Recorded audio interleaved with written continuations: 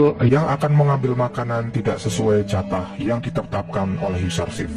Mereka akan mengambil 20 jatah makanan yang padahal pendeta di sana hanya berjumlah 5 orang saja. Mereka beralasan bahwa para dewa juga membutuhkan makanan. Tapi Yusarsif berkata bahwa dia belum pernah melihat dewa-dewa itu makan sekalipun.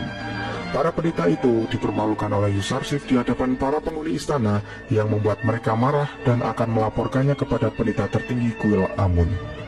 Hal itu diketahui oleh salah satu pelayan yang bernama Misabu yang juga sahabat Yusarsif di istana. Ia mengatakan bahwa para pendeta akan membunuh Yusarsif jika mereka mengetahui Yusarsif tidak menyembah dewa Amun. Tapi itu semua tidak masalah bagi Yusarsif karena dia percaya kepada Allah. Kalau dia tidak menghendaki, maka tidak akan terjadi apa-apa. Saat Potifar dan Zulaiha sedang makan siang, mereka sangat menikmati hidangannya dan menanyakan kepada Gulliver apa yang membuat hidangan itu begitu lezat tak seperti biasanya.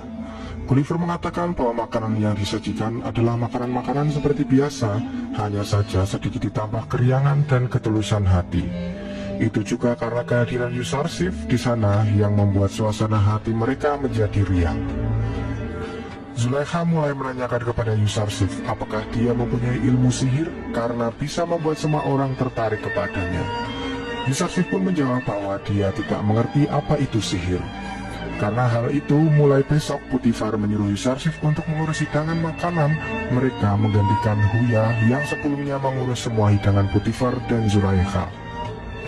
Hal tersebut membuat Huya merasa kesal dengan keputusan Potifar itu. Karena sebelum kehadiran Yusarsif, dialah orang yang selalu menghidangkan makanan mereka. Ia juga takut jika dia dipindah tugaskan sebagai penambang batu di sebuah ladang. Yusarsif yang mengetahui jika Huya marah kepadanya meminta maaf dan akan berusaha mengatasi masalah ini. Sementara itu petinggi kuil di istana menemui Zulaiha dan mengungkapkan keresahannya tentang kehadiran Yusarsif yang ikut campur dalam urusan istana dan menganggap dia adalah musuh bagi dewa Amun. Tapi Zulaiha mengungkapkan bahwa Yusarsif hanyalah seorang bocah yang belum mengerti para dewa dan kuil. Dia juga meminta petinggi kuil itu untuk berbicara dengan Potifar tentang masalah ini. Petinggi kuil itu langsung mengungkapkan kepada Potifar bahwa Yusarsif telah membuat malu para pendeta saat membagi jatah makanan kemarin. Gulliver langsung mengatakan bahwa Yusarsif hanya membagikan jatah makanan sesuai daftar yang telah diberikan. Dia malah merasa heran kenapa 5 penghuni kuil harus mengambil jatah untuk 20 orang. Potifar pun juga mulai menyindir para pendeta yang memiliki perut tambun, sedangkan penghuni istana lain memiliki tubuh yang sangat kurus.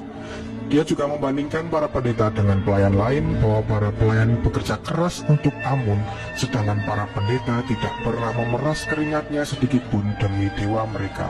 Hal itu yang membuat semua pendeta memiliki perut yang sangat gemuk. Sindiran itu membuat sang pendeta marah dan berniat akan melaporkannya kepada pendeta tertinggi kuil Amun yaitu Anik Mahu. Di sini Zulaiha menanyakan kepada Potifar apakah ini semua disebabkan oleh Yusarsif. Potifar pun mengungkapkan bahwa ini semua bukan salah Yusarsif, melainkan pertikaian antara pemerintah Mesir dan kuil Amun sudah ada sejak dahulu kala. Zulaiha lalu berniat akan mendidik Yusarsif untuk menjadi pengikut Amun seperti dirinya. Sang pendeta langsung datang ke kuil Amun dan mengungkapkan keresahannya kepada Anik Mahu tentang masalahnya di istana Potifar. Dia juga menginginkan untuk tidak ditugaskan lagi di istana Potifar setelah ini. Anik Mahu langsung memarahinya karena seorang bocah bisa membuatnya takut seperti ini. Mereka yang akan berniat menggulingkan Amunhotep sang penguasa Mesir, tiba-tiba salah satu pembesar kuil takut kepada seorang bocah Ibrani dan ingin keluar dari istana. Anik Mahu pun langsung menyuruh pendeta itu untuk kembali ke istana tanpa diketahui orang lain. Kembali ke istana, Yusarsif yang kini sudah menjadi penyaji makanan kembali dipuji oleh Potifar karena keahliannya bisa menyajikan jamuan yang lezat dan beragam. Setelah itu Potifar menanyakan kepada Yusarsif apakah dia bisa membaca buku cerita. Yusarsif pun langsung menjawab bahwa dia juga bisa menceritakan kisah-kisah indah yang didengar dari ayahnya dulu. Hal itu langsung membuat Potifar menyuruh Yusarsif membacakan sebuah cerita sebelum ia tidur. Karena dia sudah tidak tertarik lagi kepada orang yang sekarang membacakan cerita untuknya. Hal itu membuat Yusarsif bertanya kepada Potifar mau dikemanakan Sufer, sang pembaca cerita yang sebelumnya itu.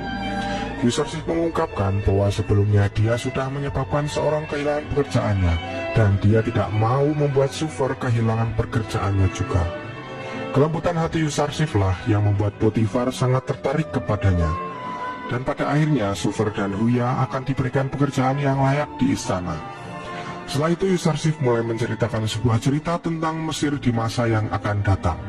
Potifar sangat tertarik dengan cerita di buku itu karena itu perlu untuk direnungkan.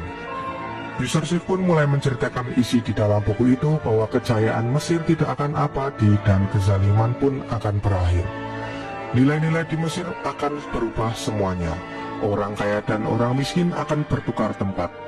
Para hartawan akan kehilangan istana dan pelayan mereka, dan dewa-dewa Amun tidak akan disembah lagi.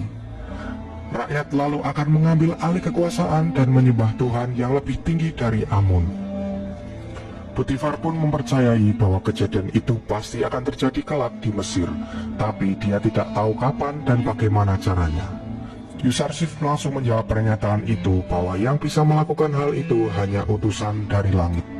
Hanya dia yang bisa menundukkan kaum zolim serta melenyapkan Amun dan dewa-dewa selainnya.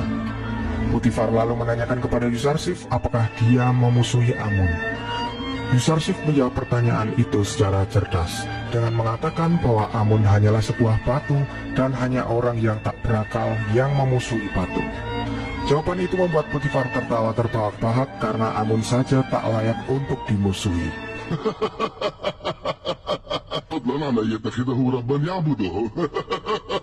Potifar lalu memperingatkan Yusarsif untuk tidak menampakkan keyakinannya di hadapan orang lain, khususnya kepada Zulaiha yang penyembah fanatik Amun. Potifar ini sebenarnya dulu menyembah Amun, tapi karena dia tidak suka dengan para pendeta yang suka berbuat semena-mena dan hanya memikirkan diri masing-masing, akhirnya dia memusuhi Amun dan sekarang tidak punya sesembahan sama sekali. Setelah itu Yusarsif berdoa kepada Allah agar Allah memberikan hidayah kepada Potifar, Zulaiha, Mimi Sabu, Gulliver, dan semua orang di istana ini. Ketika Yusarsif akan menuliskan surat untuk Yakub dan memberitahu keadaannya, malaikat Jibril datang dan mengatakan bahwa dia dilarang untuk memberitahu Yakub karena belum ada perintah dari Allah. Karena jika Yakub tahu keadaan Yusarsif saat ini, maka Yakub akan mengutuk para saudaranya yang akan membuat mereka menjadi sengsara. Ternyata di saat itu juga Kalimama mengamati Yusarsif dan akan melaporkannya kepada Zulaiha. Huya dan Sufer akhirnya diberikan pekerjaan yang layak oleh Potifar setelah menyanggupi permintaan Yusarsif kemarin. Hal itu membuat Yusarsif akhirnya lega karena mereka berdua tidak ditempatkan di tambang batu. Sementara itu Nabi Yakub yang masih mencari keberadaan Yusuf menyambangi makam istrinya Rahil. Di sana dia didatangi oleh malaikat Israel yang mengatakan bahwa Yusuf masih hidup dan berita tentang kematiannya hanya kebohongan belaka. Karena malaikat Israel tidak bertemu dengan Yusuf di dunia orang mati. Yakub lalu menanyakan di mana keberadaannya saat ini. Israel pun tidak tahu keberadaannya karena dia hanya mengetahui berita dari dunia orang-orang mati. Setelah sampai di rumah, Yakub kembali menanyakan kepada anak-anaknya apa yang sebenarnya terjadi kepada Yusuf. Mereka pun masih saja tidak mau mengaku yang sebenarnya terjadi. Karena Yehuda ingin tahu apa yang barusan terjadi, dia menanyakannya kepada Benyamin. Benyamin lalu menjelaskan bahwa ayahnya baru saja bertemu dengan malaikat maut Israel dan diberitahu bahwa Yusuf masih hidup. Mereka lalu masih kebingungan karena menurut mereka seharusnya jika Yusuf sudah tidak ada, maka merekalah yang disayang oleh ayahnya. Tapi malah sekarang Benyaminlah yang menjadi pengganti Yusuf.